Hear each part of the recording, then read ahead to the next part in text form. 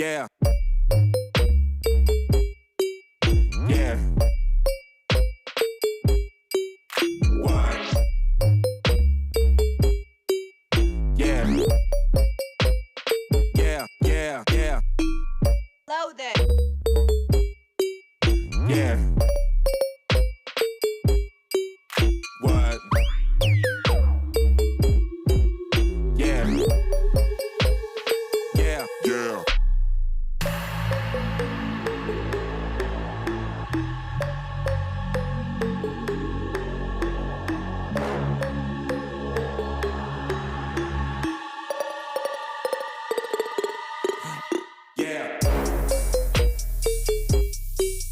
Yeah. What? Yeah.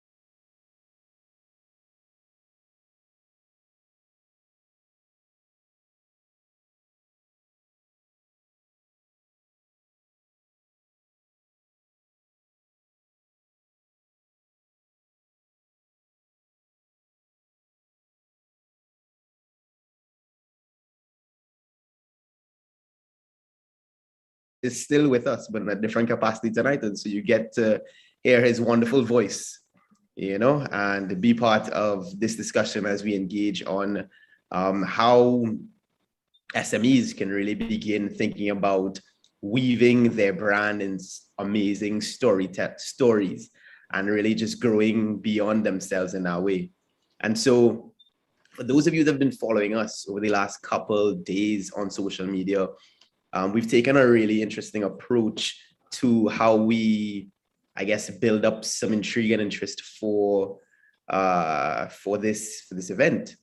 The team was really like we're going back and forth on how we wanted to take this, and the Nudge team did a really good job, driven by Mari, big up Mari, on how we sort of promote this and really tell the story about how this is to come together. And if you've been following on social media, you'd see a story that we've been telling about the soap maker. And it really tells the story of how SMEs can and should begin thinking about their business, leveraging both storytelling as well as technology into one sort of approach to get a really amazing outcome. And so without further ado, let me tell you that story. Let me get in my full storytelling mode. All right, guys, it's the evening, so we're taking a little drink, to start it off, All right, chilling.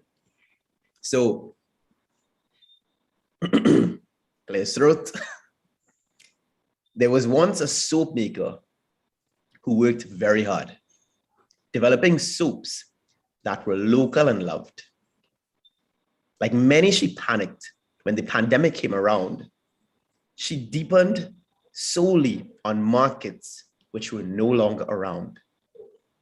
She heard of this idea of an online shop, but knew not what it took nor how to set it up. To bed she went, flustered and spent. Something had to be done. She had to pay her rent.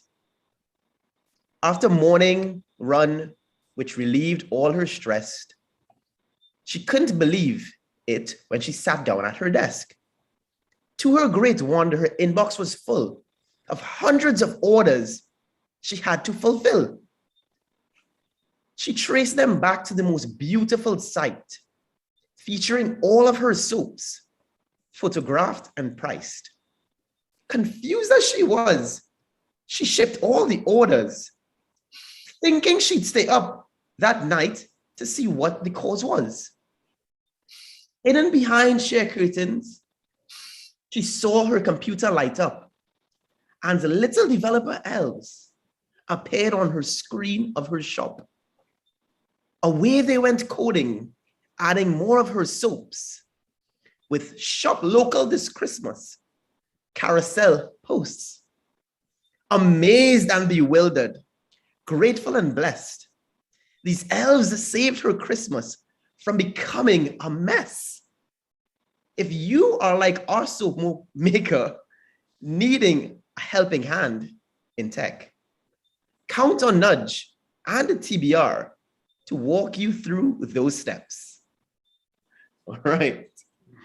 And so through this story, we tell a beautiful sort of fun way of doing it, following something that's familiar. This sort of poem, and speaking about something that's familiar to us, talking about Santa and the elves and that sort of thing, to really tell the fact that if we're able to leverage technology in a really meaningful way, it can have a really powerful effect for us, And so many businesses during the pandemic have experienced this.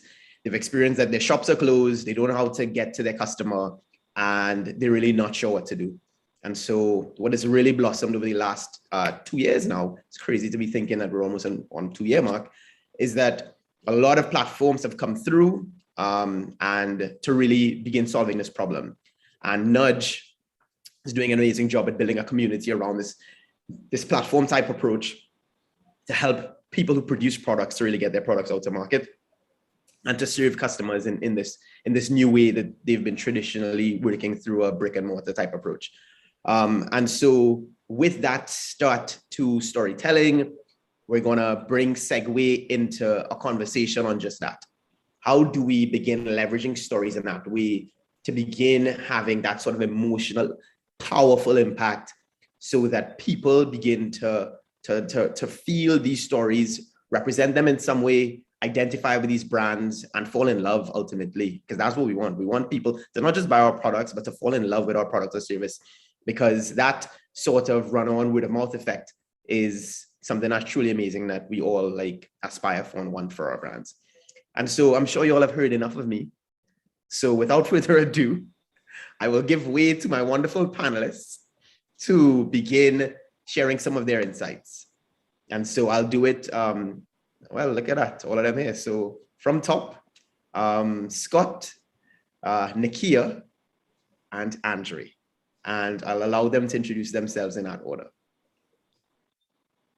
Hi, everybody. So Kyle, it's really great to reverse roles. I'm happy that you're playing host this time around. So I'm Scott Hilton Clark.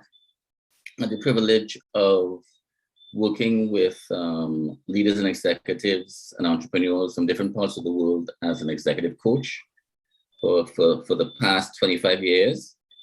And I'm also founder of a program called Empath that helps people find their music, in essence, what really makes them great.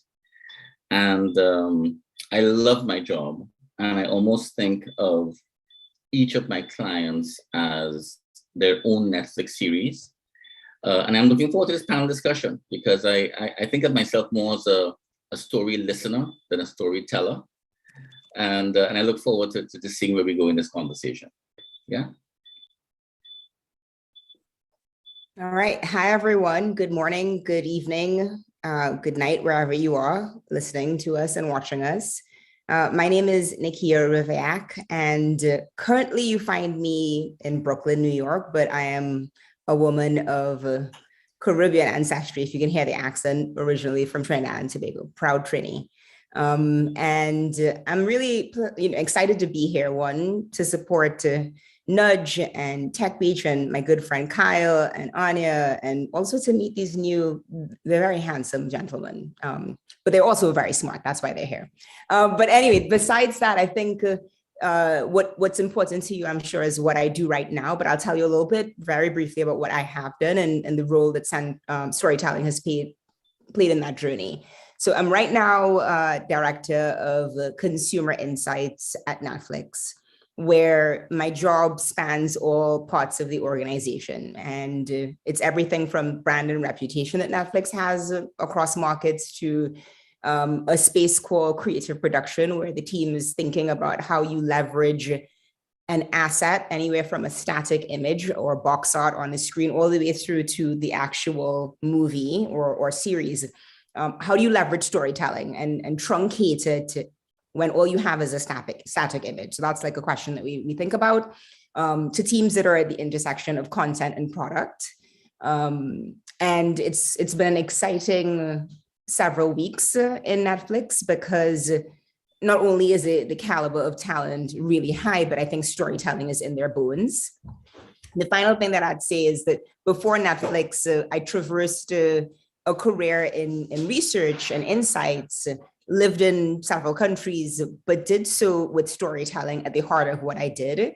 Because what few people know is that I used to be a professional dancer, and I think I'm obsessed with moving people. And I used to do that through movement.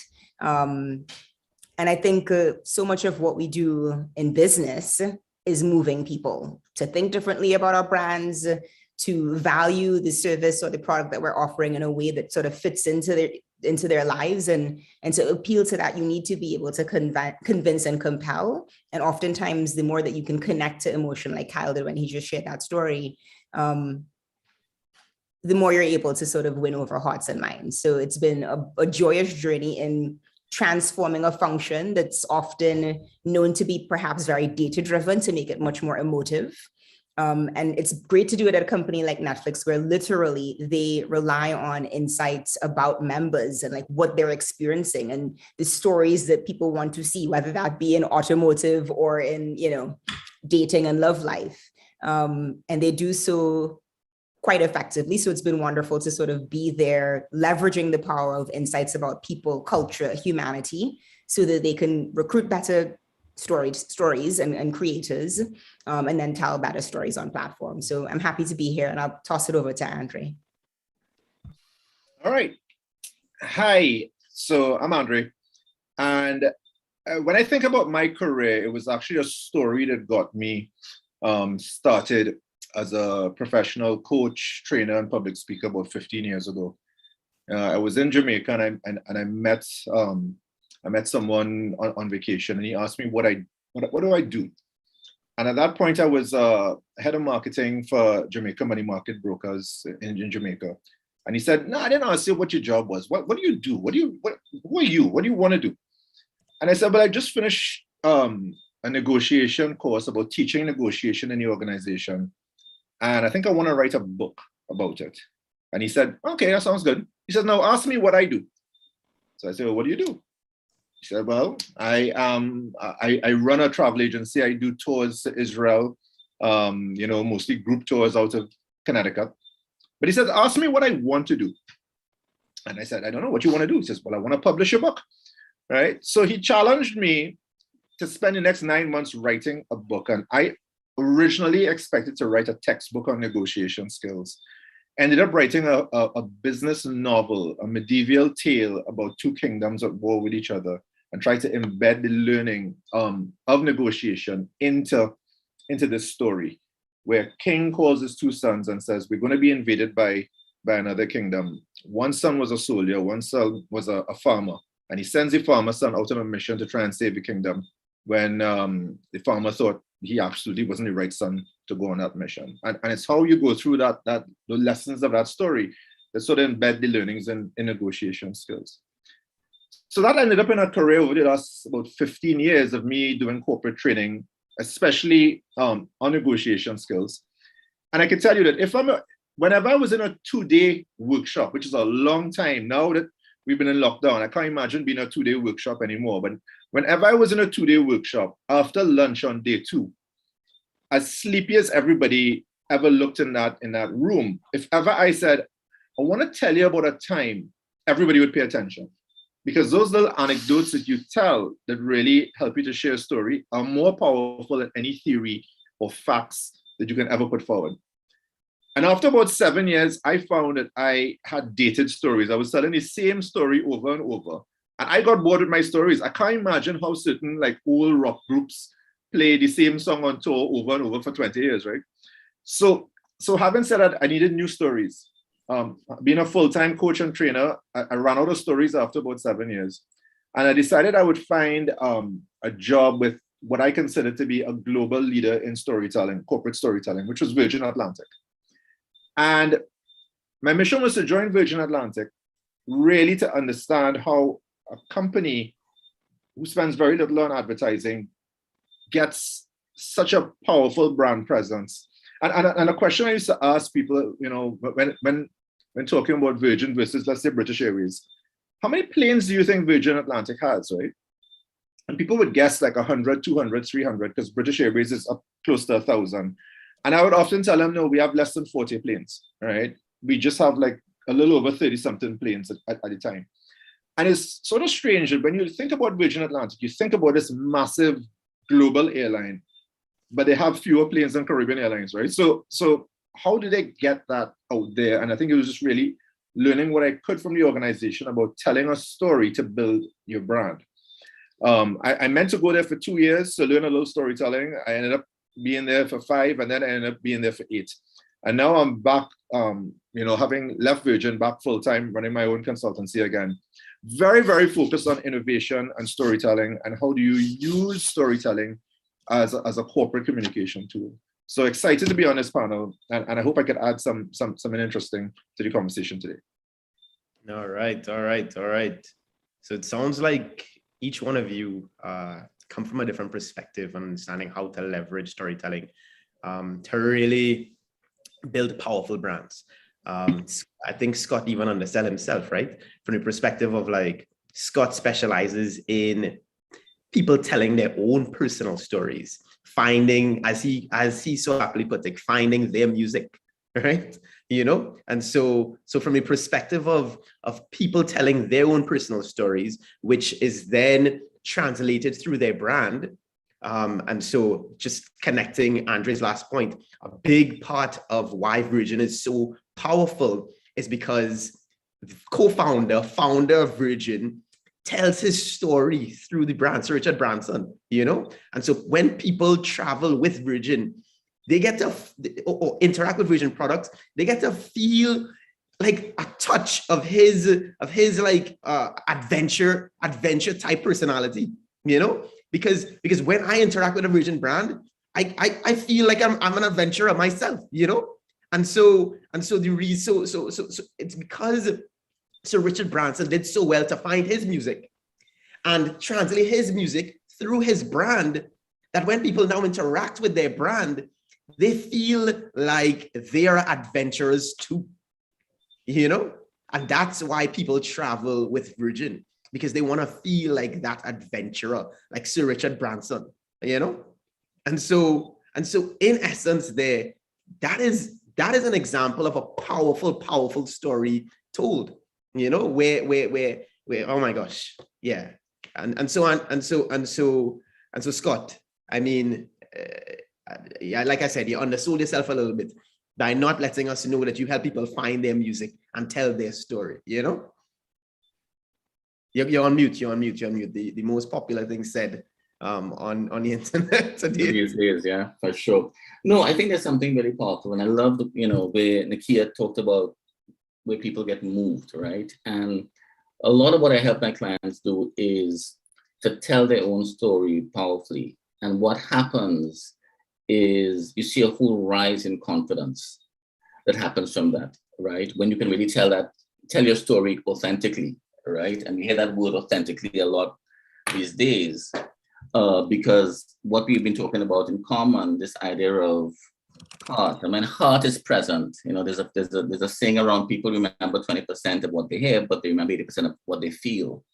And really getting into that deeply, you know. And I'll just share just a really simple idea. I had a client who, senior executive CEO, and she said to me, you know, one of the things that worries her is that she said she really doesn't make a good first impression, right? And when we looked at it together, we said, well, you know, there's some truth to that, right? Because her real strength really is she gets in an organization and she's one of those people like that will just through grit get things done, right? But her first impression was really not at an executive level with executive presence. And what we decided to do is I said to her, you know, what you need to do is when you meet somebody, declare the truth and say, you know what, I don't make a good first impression. And by her declaring that authentically, all of a sudden, she made a good first impression, right? So there's something about owning the truth and owning your story that's extremely powerful. And yeah, I help people find their music, and in finding their music, there's an element of doing their story. I guess the last thing I will add to is, and we talked about the fact that we do a lot of work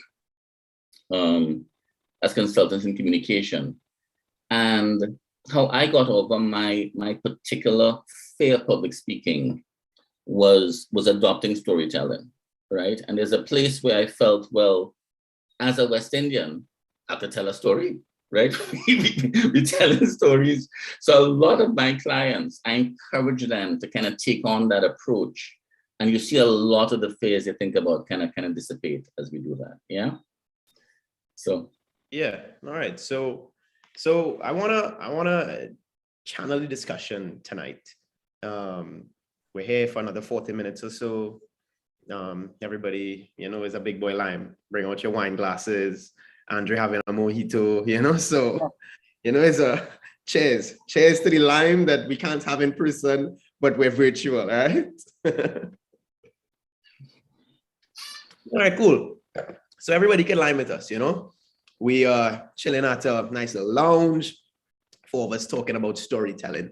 And I want us first to go in an angle of thinking about some of our favorite brands and what stories really resonated with us that caught us, and now we're hooked on the brand, or might not even be hooked on the brand, but we're hooked on the story that the brand is telling, you know? So some of us may have this brand that we love because we're interwoven into the story, or like me, I don't actually wear Crocs, but I love the Crocs story.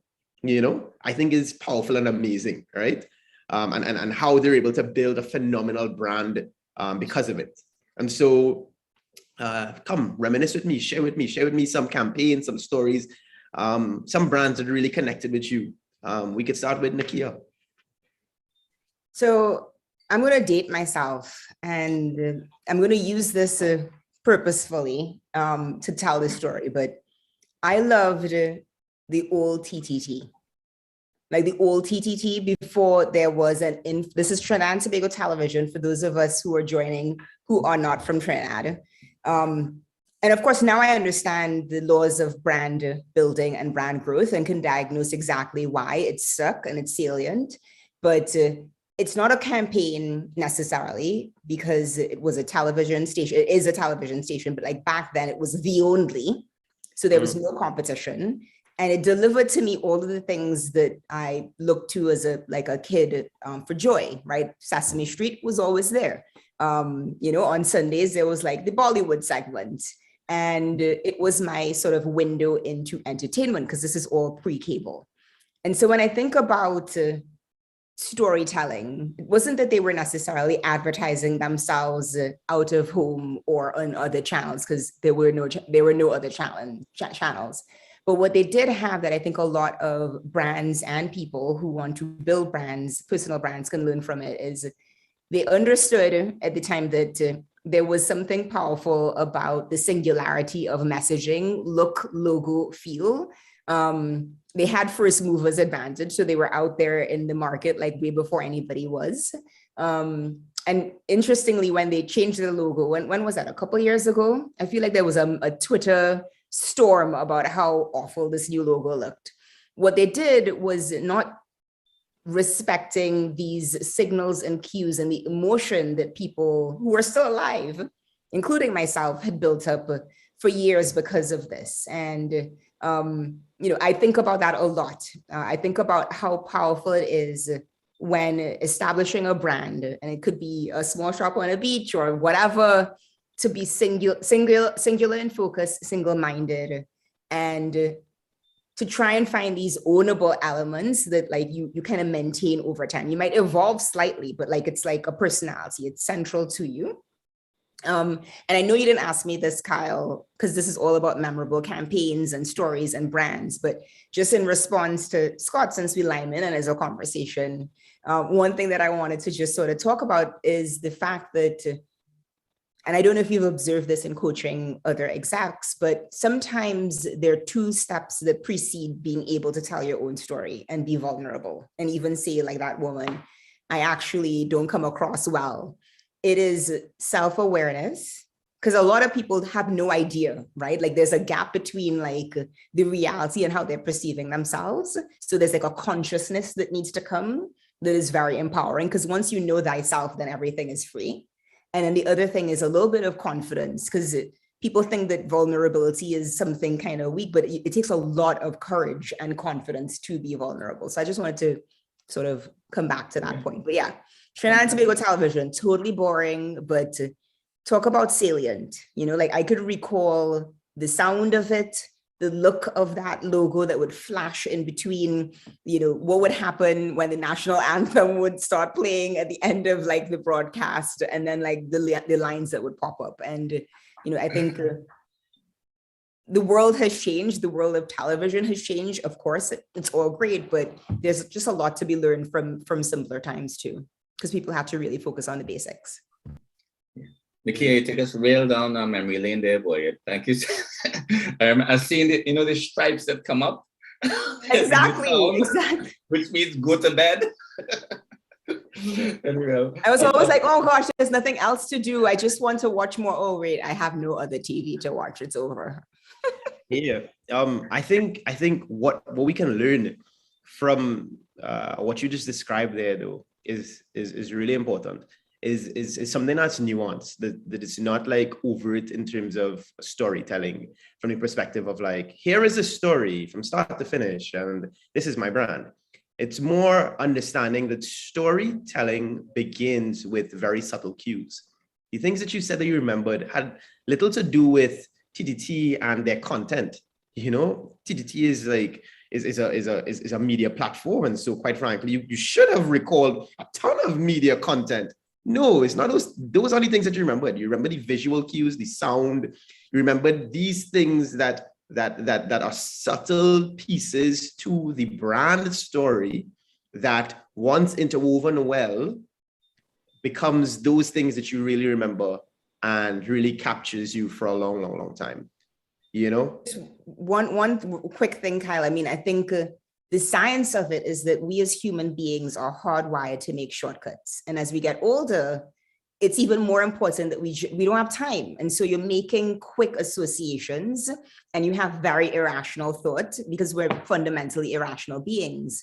And so the job of a brand is to create availability by playing on the neural connections that happen that make behavior root. So basically, the more that you could be, not just to your point, Kyle, like simple, you know, with your heuristics, but to also repeatable, right? You can't change it in a month. You can't come up with a sexy logo and then in a year be like, you have to kind of be consistent, constant, so that you're creating this availability in people's minds so that when they're in context, ready to buy your brand or ready to use your service, it's top of mind. You're not even thinking about it. Just like you don't think about the fact that like, I'm wearing a black shirt right now. Okay. Yeah. True. Good point. Andre, what was that brand that you remember? So you had some time, and I see you had your thinking face on, you know, and so you're probably like juggling through a bunch of brands. You know, for me, you know, being in the hospitality and tourism sector, it really comes down to me about country brands. And as I think about the Caribbean islands, that so often we think about ourselves as very similar. You know, to really run a tourism campaign, you have to find what's different. And as I think about storytelling, I just think about the Trinidad and Tobago brand.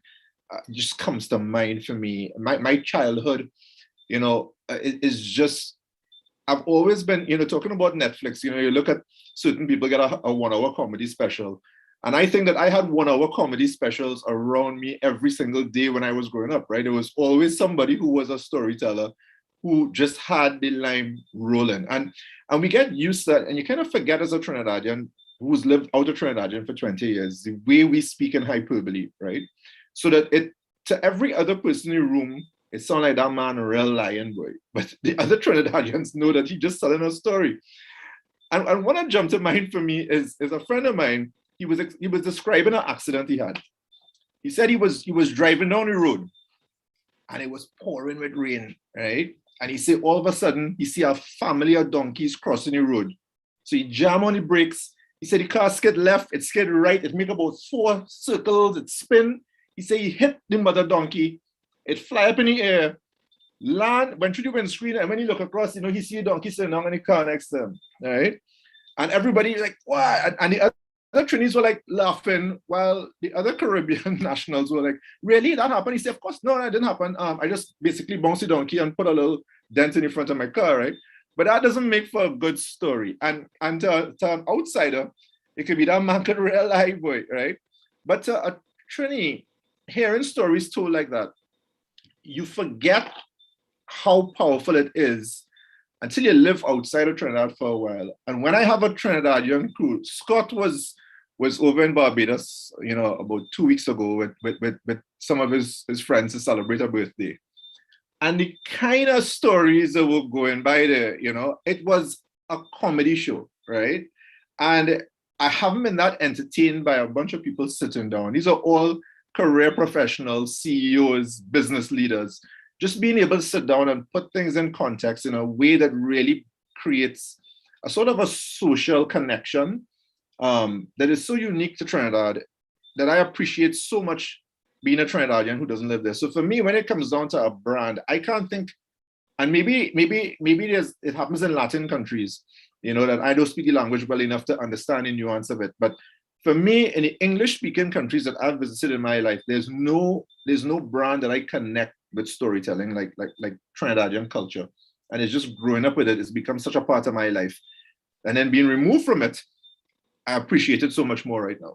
Right. So that's really where that was really what was going through my head when I started thinking about a brand on storytelling. Now, is that a sellable brand to the world? Can you define a tourism product around storytelling? I don't know. Right. But it seems to me that Trinidad is ripe for filmmaking, for poetry, for writing, and all of those creative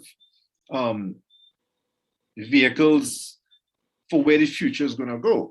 All right, the future is going to go where AI will take, a lot of automated acts, but this ability to construct a story, will still remain the realm of humans for a while, and it really is something that Trinidadians do, I think, exceptionally well. Right? So, so Scott, that was a good line about 2 weeks ago, boy. That's some real good talk. Right? Oh my God, can I please be invited to the next Bayesian line? Barbadian. Nice. You're in, man. You're in. Oh, for sure. Yeah, you just recreated that, and I just started to laugh on some of the things I wish I could share on this thing, but we cannot. But it's just really, really hilarious. But we we drinking. There's a big boy lime, there's a adults lime. Listen, mind you, there's a 14-year-old watching the stream. Yeah. No, but there's a last thing I want to say about storytelling, and it's almost something I want to say about creativity as well. That so many people say, I am not a good storyteller, or I am not creative.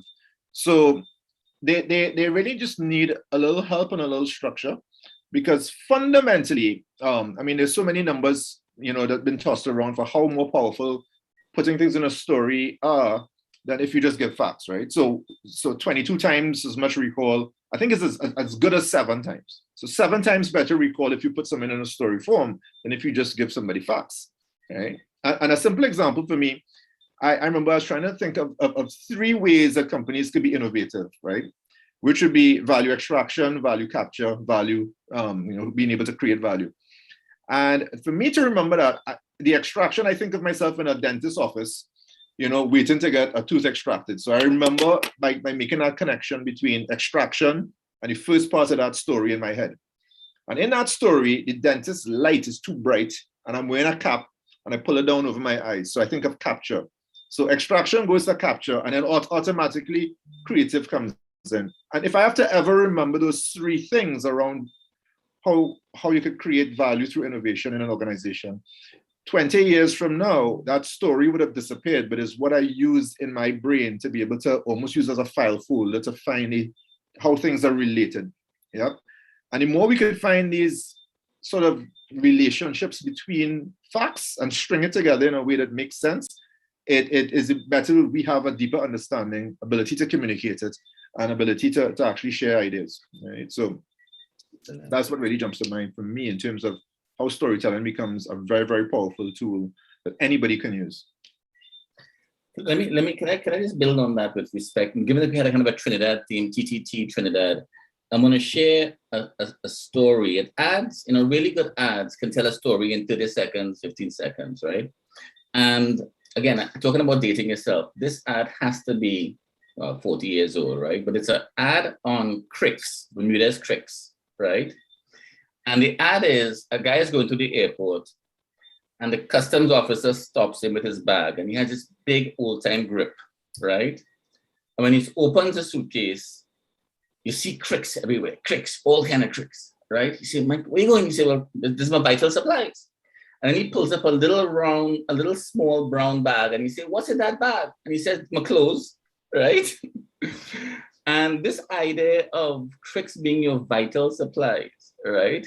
Every time I go to the grocery, going for my dad or whatever, and you pass near the Cricks aisle, you can't help but say, but if you run to groceries, boy, at least a bag of Cricks will save you to some extent. Cricks and some cheese or whatever, right? But this idea of planting that vital supply kind of concept has stuck with me all these years, right?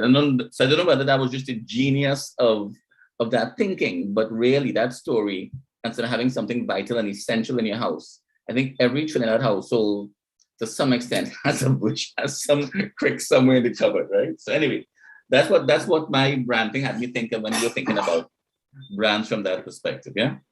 Yeah, definitely. I agree wholeheartedly.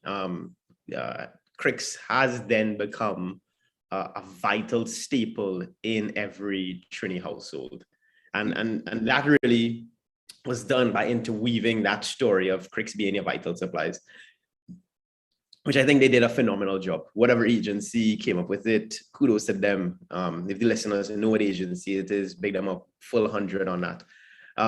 So tonight we have a few giveaways happening, right? And so to the listeners that have been paying attention, I didn't mention the giveaways before because, I didn't really want to sell out so that you're paying extra attention.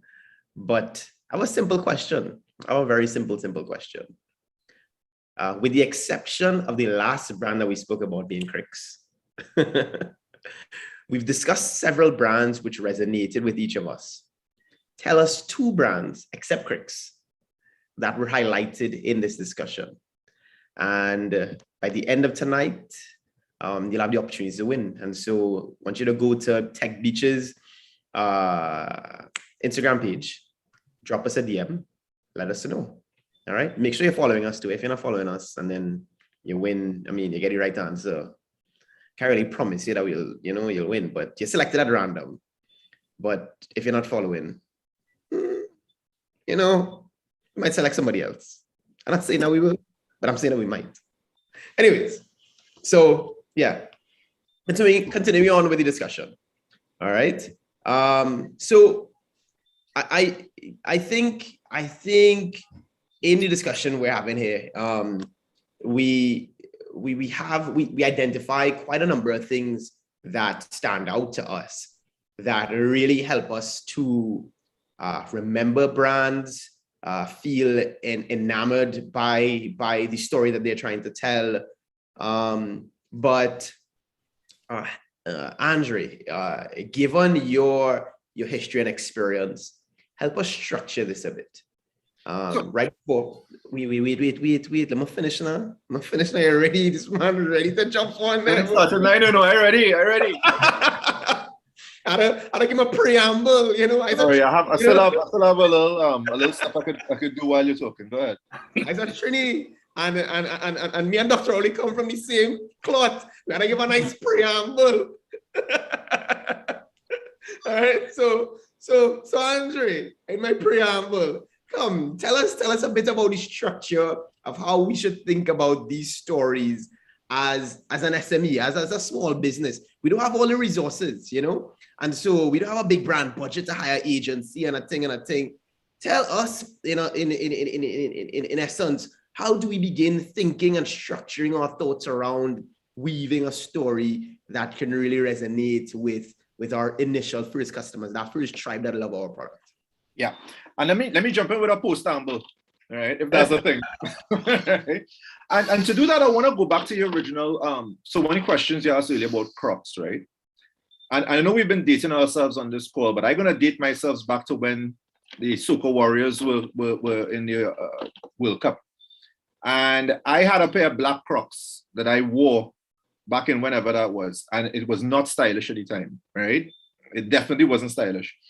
And now, I mentioned that I have a beach bar here in Barbados, and I look at all the guys who work behind the bar, and they all wear Crocs, right? And the thing about Crocs that's different today than it was then is what you call gibbets, right?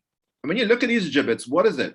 Crocs had these holes that were really designed for ventilation.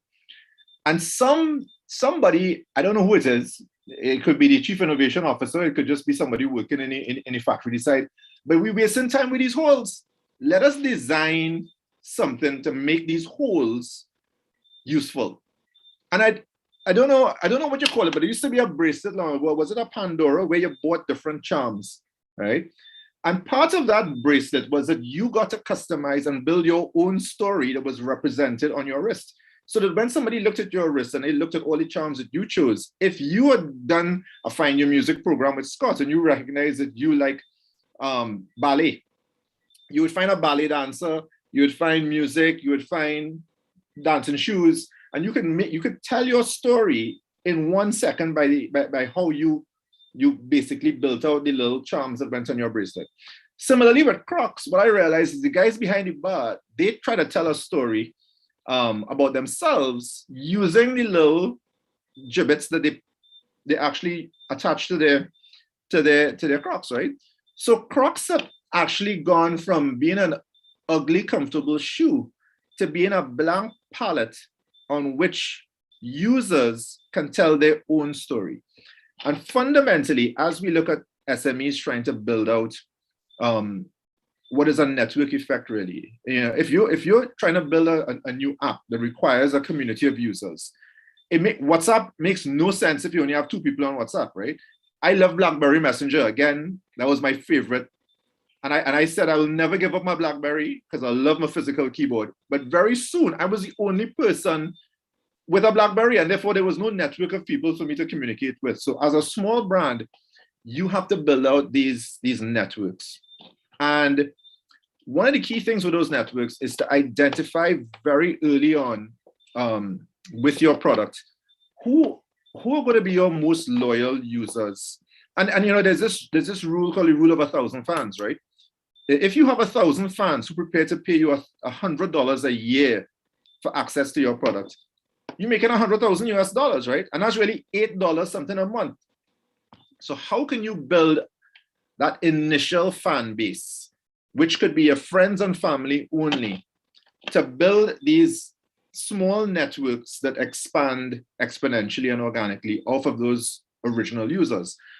And those initial users, you have to give them a tool to be able to tell other people. Because if somebody asks you about your product, you know all about the product. But if somebody asks one of your early users about the product, what they're going to say, right? So you almost have to craft that story for them. And one of the pieces of structure that we like to use, Scott and I use it all the time in corporate storytelling, is called the principle of share. And that share principle has actually come out of the HR sector, where if you're doing an interview and somebody says, tell me about yourself, one of the ways you do that is you say, well, here was the situation, S. So we're going to look at that share acronym. What was the situation? Every good story has a villain, right? So what was the hindrance? What was the problem? What was the challenge you had to overcome? So let me give you the background. Let me give you the villain, the challenge, the thing I needed to, the obstacle. Here was the action I took to overcome that obstacle. What was the result? And what's the experience I can take forward, right? So that whenever you want to tell a story about anything, you can actually, if you remember that share principle and think about it as sharing a story, you can very quickly say, what was the situation? What was the hindrance? What was the action? What was the result? What was the experience that you should get out of this?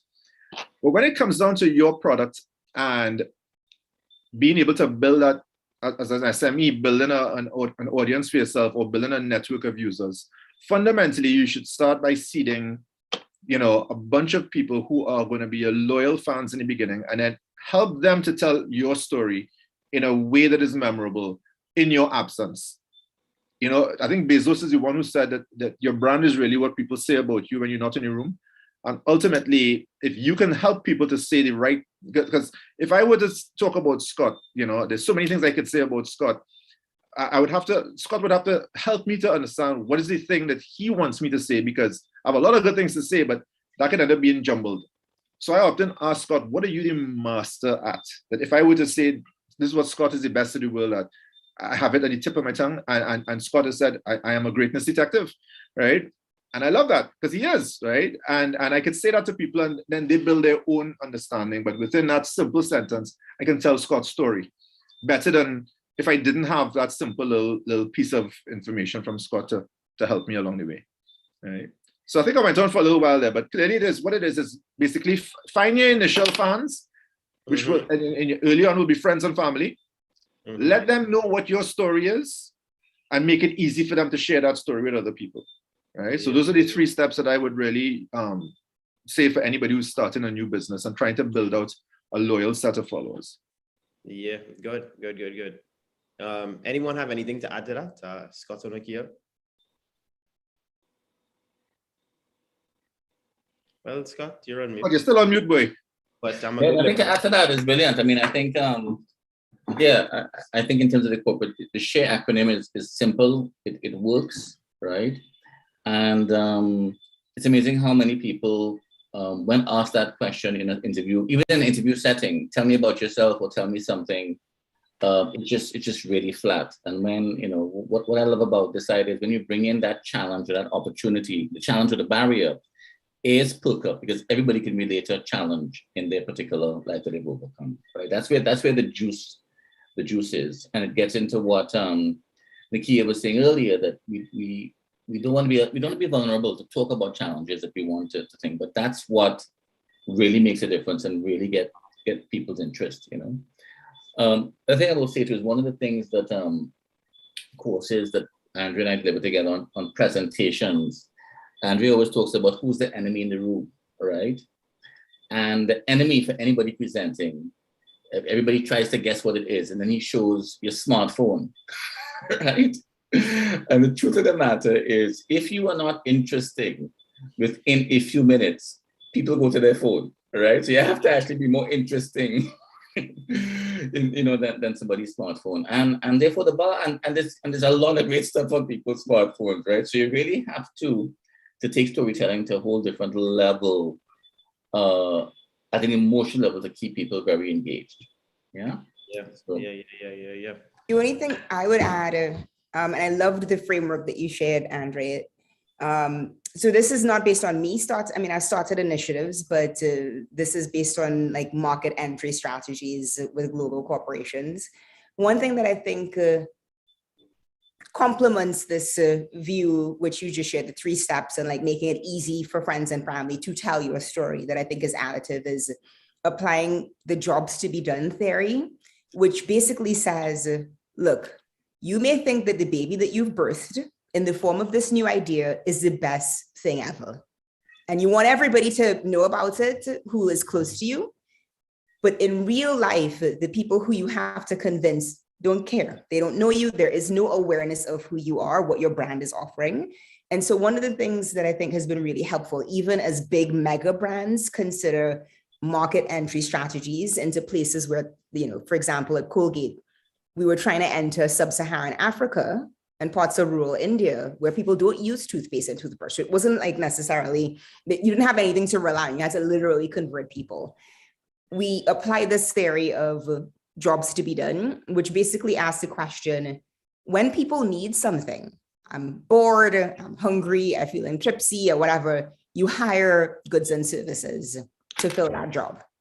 And you fire a bunch of others. And I think what it does in asking that question is to sharpen your focus on what that special message is that you would deliver to friends and family. Because I think ultimately when they're telling other people, like, you should try this, the other people are going to trust them. I think trust goes a long way. And I tend to, take the information of the tanties on WhatsApp when it comes to COVID. Okay, I'm sorry, I'm going down a rabbit hole. I'm not going to talk about WhatsApp and like what's happening there, but you tend to trust family and friends more than anything else. And so if they're going to represent you, you need to make sure that the story that they're telling isn't just what you want them to say, but depositions competitors effectively by saying, look, when you are, let's say it's an entertainment service, when you are bored, you hire a number of things. You go for a walk, you flip through your phone, you have to articulate why they must fire those other solutions that they've gone to forever and hire your solution. And crystallizing that, I think, in complement to the 3 steps, is magical. And I think a lot of people get it wrong and end up telling a story that other people are telling. So people are like, I'm not going to switch what I'm doing to adopt your new thing that you think is great. Yeah. Good. That's a solid example from Colgate and the approach that we've taken. I underscore that approach entirely. I've just heard from my control room that we have our first winner. So we have our first winner as we transition to the final segment of our conversation today. The winner is, her name is Tiana Joseph from Trinidad and Tobago. Let's give a round of applause to Tiana. All right. There are other opportunities to win prizes. I didn't even tell you all what the prize was. Well, they just hear free thing and all they want to just enter one time. That's so trendy. They don't even know what they're winning. I didn't say what they're winning. All they're just ready Whether it is I want it, you know? Well, in the spirit of still giving free thing, but not telling all what it is, it's our next chance to win something that you don't know what it is. Well, let me tell you what the question is, all right? This question is a little harder than the other question. Eh? So we've had a lot of discussion tonight, and you really had to be paying attention in order to win this free prize that you don't know what it is. All right? You had to be really paying attention. All right. And so we've spoken about key strategies to build your brand story. And each of us commented, you know, Andre went on a whole nice story. He gave like acronym and all kind of thing, you know. And we went with Colgate, with Nakia. So tell me a couple of these strategies. I need at least 2 strategies, you know, that we really dug into. You know, it's like a pop quiz in school. Only paying attention, only not paying attention. All right, only passing the test if you know if you're giving the right answers. So tell me 2 of the strategies that we just discussed that you know will really help you build out your brand story, and really build that sort of resonance we're looking for. Anyways, once again, follow us, drop it in the DMs, and I'll let you know within the next few minutes. Not too long, yeah, 8 minutes to go. Yeah, who win? So rolling on the discussion, yeah. Here where we going. So we understand a bit of how we structure our brands. We take a look at some of the brands that we love, and the brands that really resonated with us. We identified what we love from the notes, the look, the feel, the story, the ad, you know. But what I get that is really important as well, is that I don't know that we necessarily mentioned in this way, is a sense of authenticity, all right? And a sense of authenticity about who this brand is, who they are, and what is real to them. And brands these days, man, we live in a social media time and era where if you're fake, like, they're going to find out. And they're not just only going to find out, they're going to blast you to the moon. All right? They're going to blast you to the moon. And so it's really important that when you're building this brand and you're telling the story is authentic. And it's not a problem if you're telling a fairy tale, you know, because brands build themselves around telling really fantasy stories, you know. But it's a problem if you're not being true to who you are, you know, and you let's say you pride yourself around being a green, clean company, and you're doing shit. I can say that on this thing. Oh yeah, we and we drink it. Yeah. And not to necessarily end it off on a bad note, but it's good to balance the equation a little bit. What brands come to all your mind that really wasn't authentic, and you get catch, you know, you thought you're digging a little bit, and you get enamored by it, and then you get catch. You find yourself get catch. And we have to tell this really quickly, but I think it's important to kind of balance the scale so people don't get carried away with going in one direction and feeling that they could just hoodwink, you know. And of course, look, Andrew already, watch him. I see, he only go. Andrew only go, watch him. Go, my glass fell. All right. So who wants to go first? What brand comes to all your mind? And we had to be shorter this time, tighter, because we wanna end on the dot at 8 o'clock. Well, 7 Eastern, you know. All right. Anybody hand first? Well, I go choose. Scott, you could go ahead. Sorry, what this brings up for me is this idea of perception versus reality, right? But it was a time when I used to love Tommy Hilfiger. Cool. And then I see you already. Me too.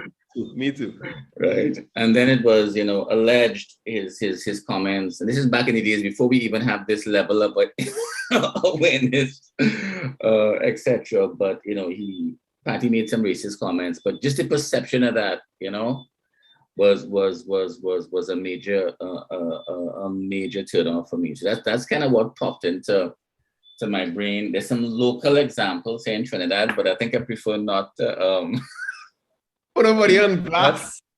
not to go there. But with the same Black Lives Matter movement thing, you know, a couple people made some missteps on social media, and it was they felt the consequence of it. So you're absolutely right. You know, that there's some nowadays it's a different ball game. And I think a lot of and you talked about the whole green environmental thing, a lot of boards in Trinidad now have to kind of look at a number of things that very carefully: equality of pay with women, the environmental stuff. A lot of stuff now is going to come down that they're going to have to kind of deal with. So interesting from that standpoint. For once, the values that above the receptionist that nobody pays attention to, those same values, all of a sudden they have to now deal with those values in a very different way. Yeah. So that's what came to mind as you spoke.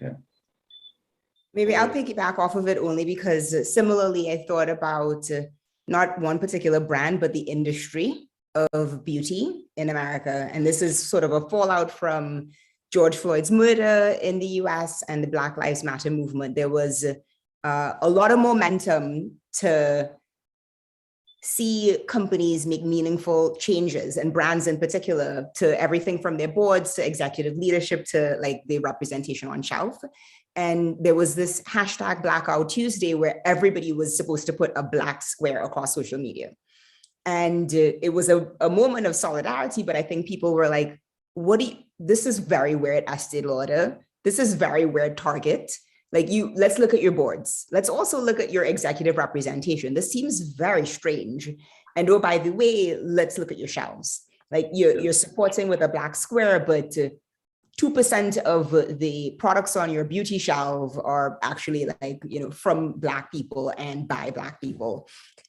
Sorry, and it led to the formation of the 15% pledge, a group of women who were like, look, you know, we want to see at least 15% of your beauty shelves represented by products from the community. But yeah, it was not a good look. It was a time of a lot of performative allyship where people were like, look, we stand, but like not really. And I think social media it does a couple of things, or the internet does a couple of things. It allows you to go deep and explore and rabbit hole and find the truth and then put people on blast. So beware.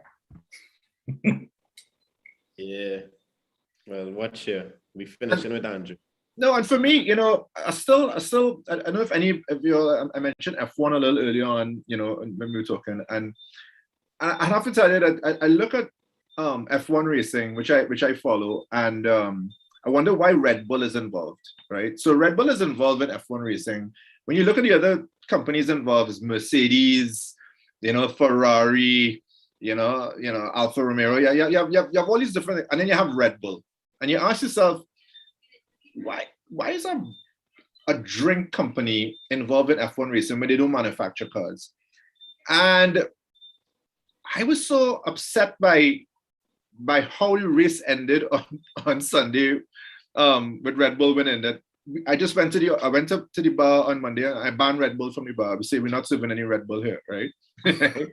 Oh well, no, just kidding. Well, kind of not kidding, but ultimately, what I say is that when you're a brand and you actually put yourself out there, and you take yourself, you know, in a space, there's some interesting brands, especially in the F&B business, food and beverage business, that attach. So Red Bull attaches themselves to real excitement. But there's a fast-growing water.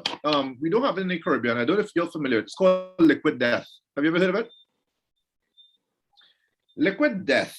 So I just want to look very quickly. Liquid Death is just water, and it's in a beer can, right? And they have done a lot of really strange things with their brand, where they're all around. It's like a Red Bull type campaign. Liquid Death. All right, there you go. So it's just water in a can. And I'm now looking at them on Instagram. They have about 670,000 followers. They're one of the fastest growing water brands. And when I look at some of the things they did, so they're all into action, extreme sports.